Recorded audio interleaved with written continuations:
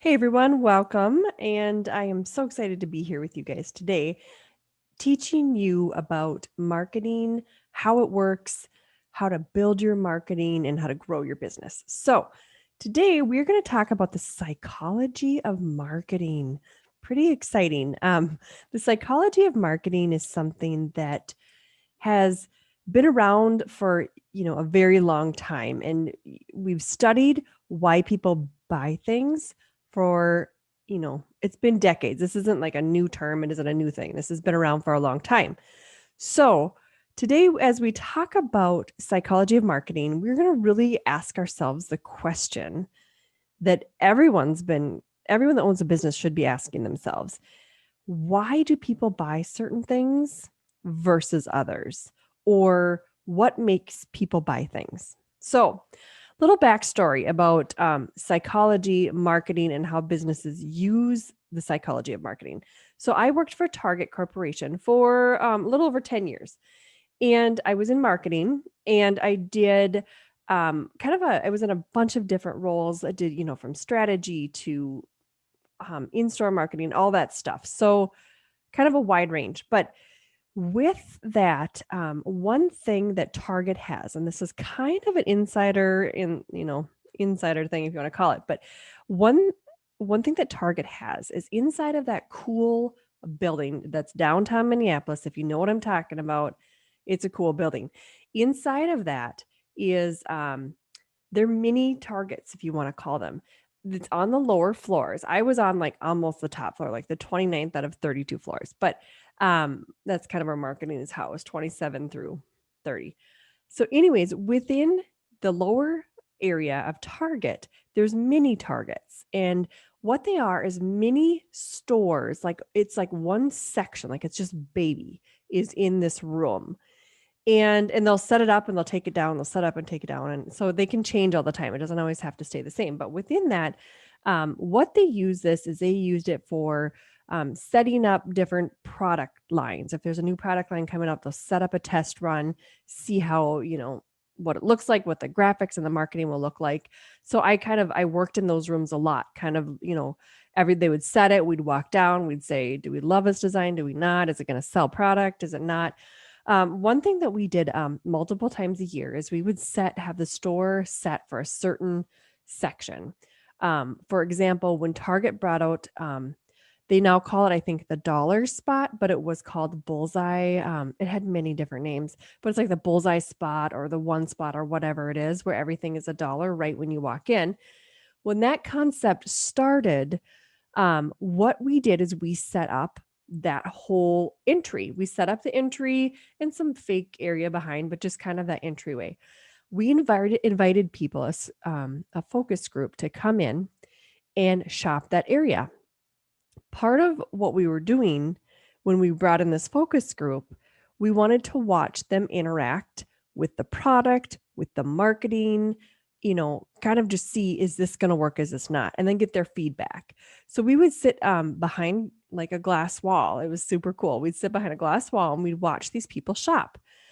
Everybody kind of had a different area or different role that they were looking at, a different element, I want to say, that they were looking at while they were shopping.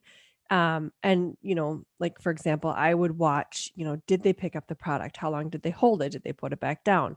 Was the signing above them, very clear and concise? Because when it all started, when this whole dollar spot, it was part of one of my projects that I worked on. When it all started, the gondolas, also known as the shelving, the gondolas were really like standard height. So they were like 8.5, 9 feet tall. Well, it blocked all of the other areas. So they wanted to bring them down to like 64 inches. So, and that is something we learned in these focus groups. And then they rolled, all of this out to the store after they had all these great groups. But we watched the psychology behind why they bought what they bought, and how the marketing performed. And it was very interesting. And they had psychologists, like business product psychologists, come in and kind of talk to us about why people buy, why they don't, all of that great stuff. So it was a very, very cool element of my job that I got to do, is watching these people, why do they buy? Why do they buy certain things? That has, changed a lot because of social media, online marketing, all of that. But it still is true. It's the foundation of marketing, which I keep talking about. The foundation of marketing has not changed. It has not changed in 50 to 60 years. It's still there. It's still tried and true. And if we understand that completely, we are going to be better off as business owners and marketers. So, with that example of the bullseye, they did that, for when they brought in, for example, Giada had a whole line. She might still, I don't know if she does, has a whole line at Target. I worked on that project as well, bringing sight lines down and making sure, signing was working and marketing was working for the purpose of understanding like how these people are shopping and making sure they could clearly find what they're looking for. The next phase after we looked at all of this inside these mini Targets downtown is we would then set it in the downtown Minneapolis store.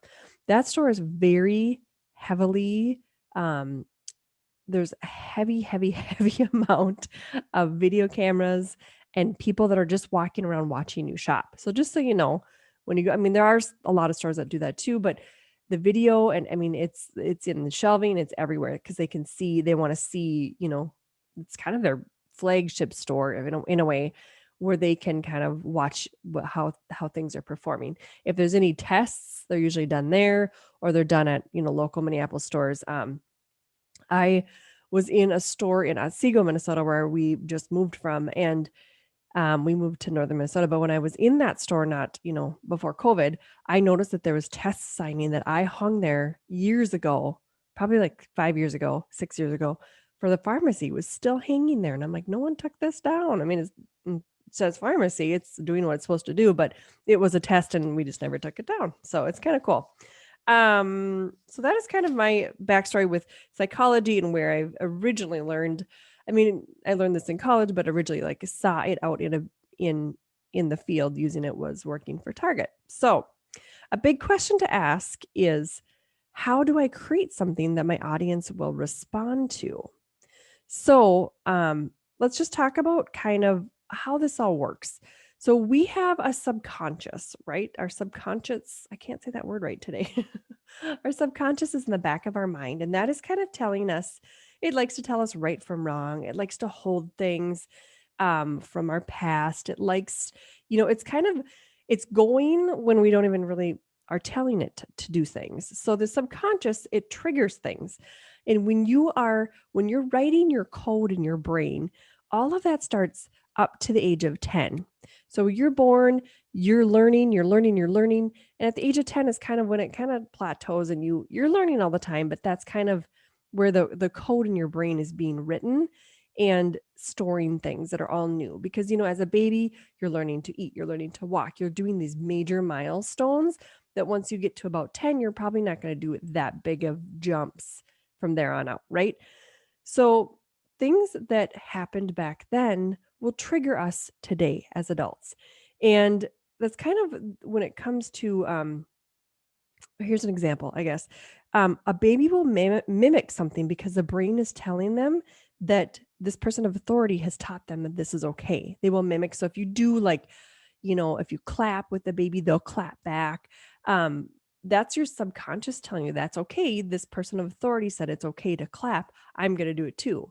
So that subconscious is kind of, always working. And so when we do things in social media and marketing and all that great stuff, online marketing, and we do things like mimicking, like what I just explained about a baby, we can do things where we show people exactly like, here is my product. Here's exactly how to use it. Here's exactly how to buy it. And they want to do that because they've been told all of their lives that this is okay when to mimic. Mimicking is an okay thing to do.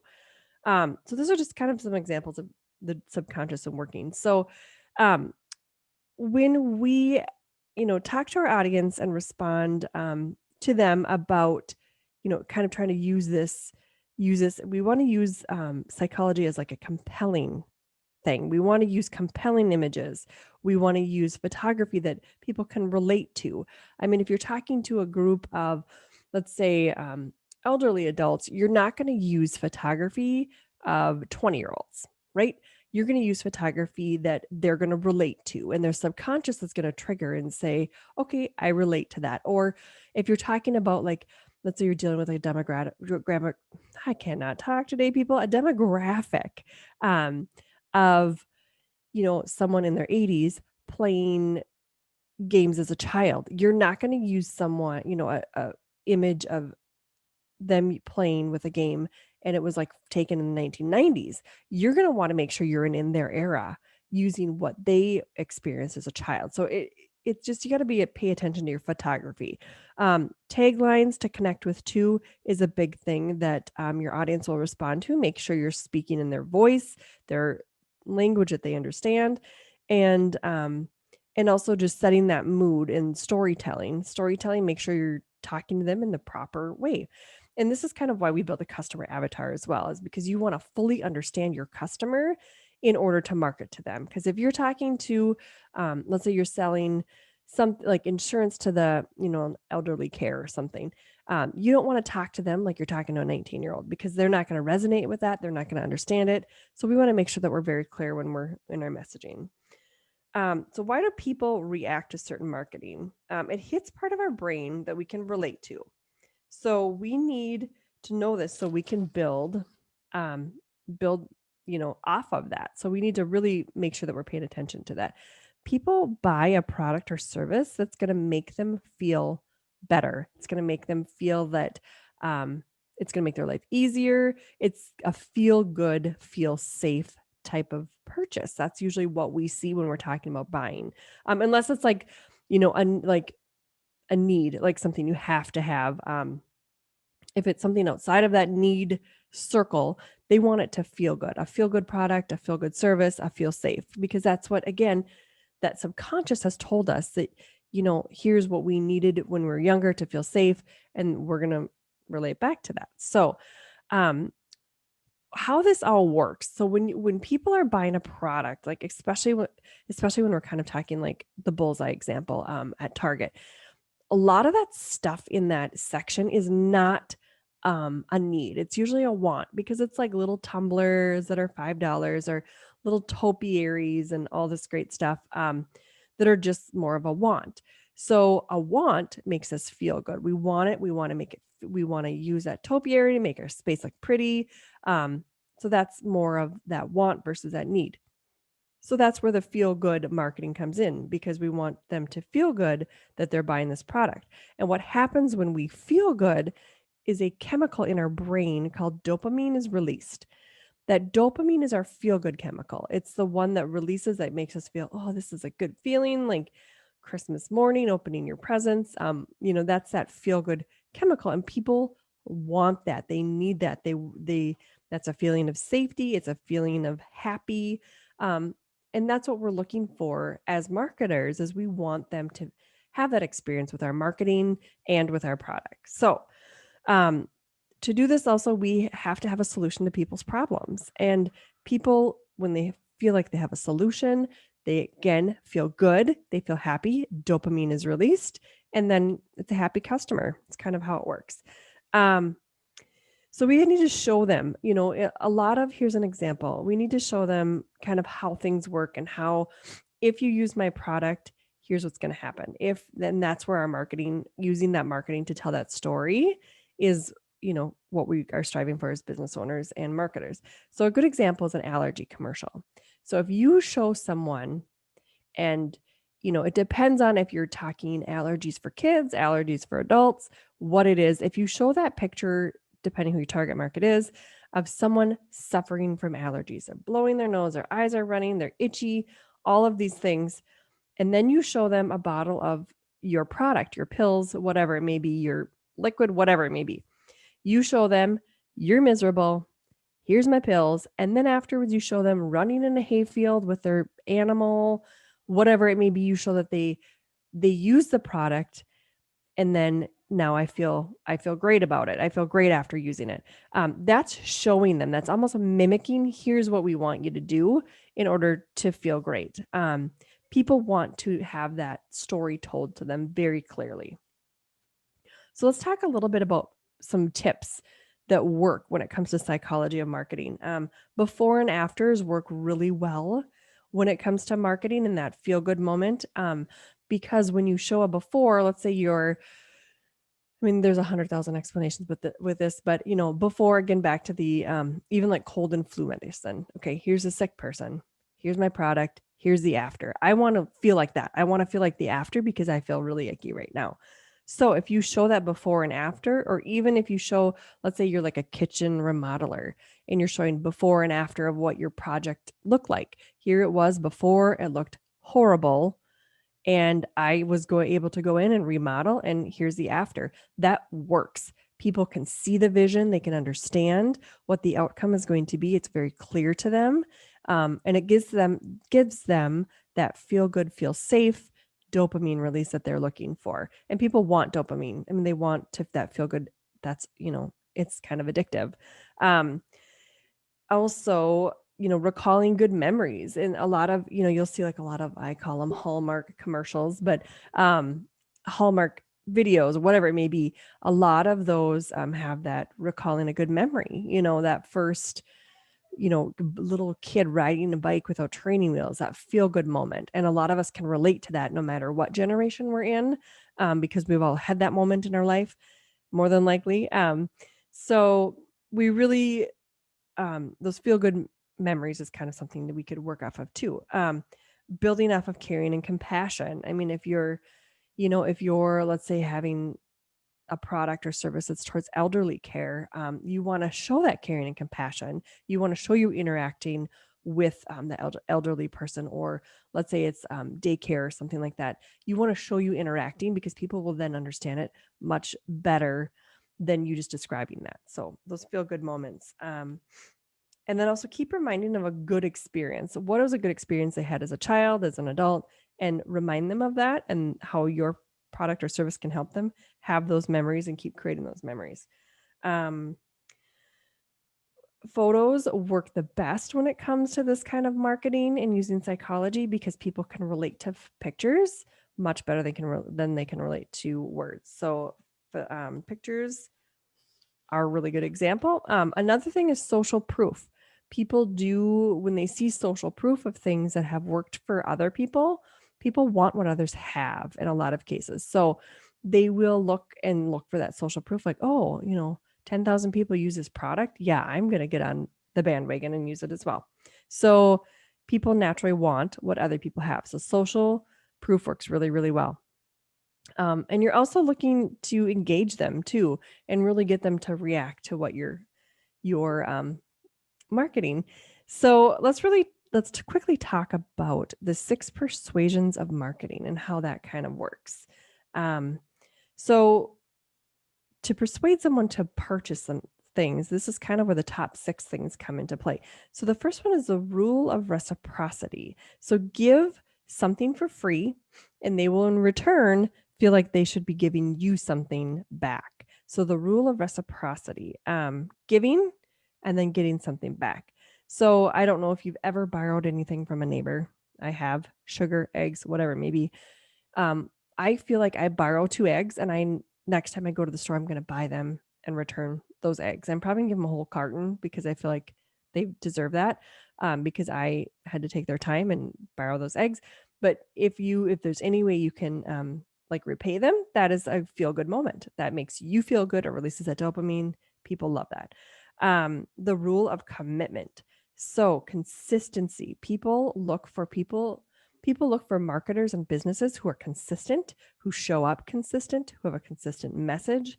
This is something that is very, I've talked a lot about this, just being consistent. And I know sometimes it's hard to do, but they want they like things over and over and over. And so people will buy when they trust you and they feel like that commitment and consistency is one way to build that trust. Social proof, which we just spoke about. People will buy things when they know that other people have tried it and that it works. So monkey see, monkey do is kind of another term that we use for social proof. The number 4 is the rule of authority. So and I say this a lot to my clients, when you are, you have to become the authority in your space. So you have to make sure people understand that you know what you're doing with your product or service. So become the authority.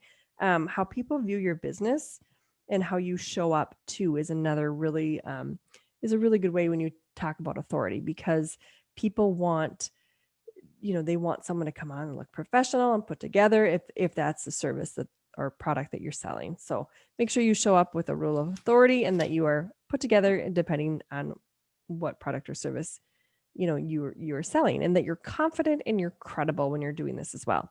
The rule of liking. So the rule of liking is people people tend to kind of congregate when with other people that are similar to them. Because if you, let's say, if you've ever moved into a new neighborhood and there's like 10 neighbors around you, and you kind of end up hanging out with a few of them, but maybe not all of them, because not all of them are like you, but people that you have like mindsets with, that you end up, building relationships with. So people want that from buying a product too. If they feel like they can connect with you or your product or your service, and the rule of liking, they're going to be more willing to buy from you. And the rule of scarcity is number 6. The rule of scarcity is something that a lot of people use, and it's, hurry now, buy one get one, limited stock. Target, Walmart, they all use it all the time. There's only, that whole, there's 5 seats open and that kind of thing. When people think it's going to run out, they're going to buy quick because they're like, oh, everybody else has bought it. I need to get on that bandwagon too. So limited time, low supply, that kind of a thing. So those are the 6 rules of when it comes to marketing, of persuading people and how to do this and how to use this psychology to persuade people. So I hope you enjoyed today's episode, and we will see you again soon.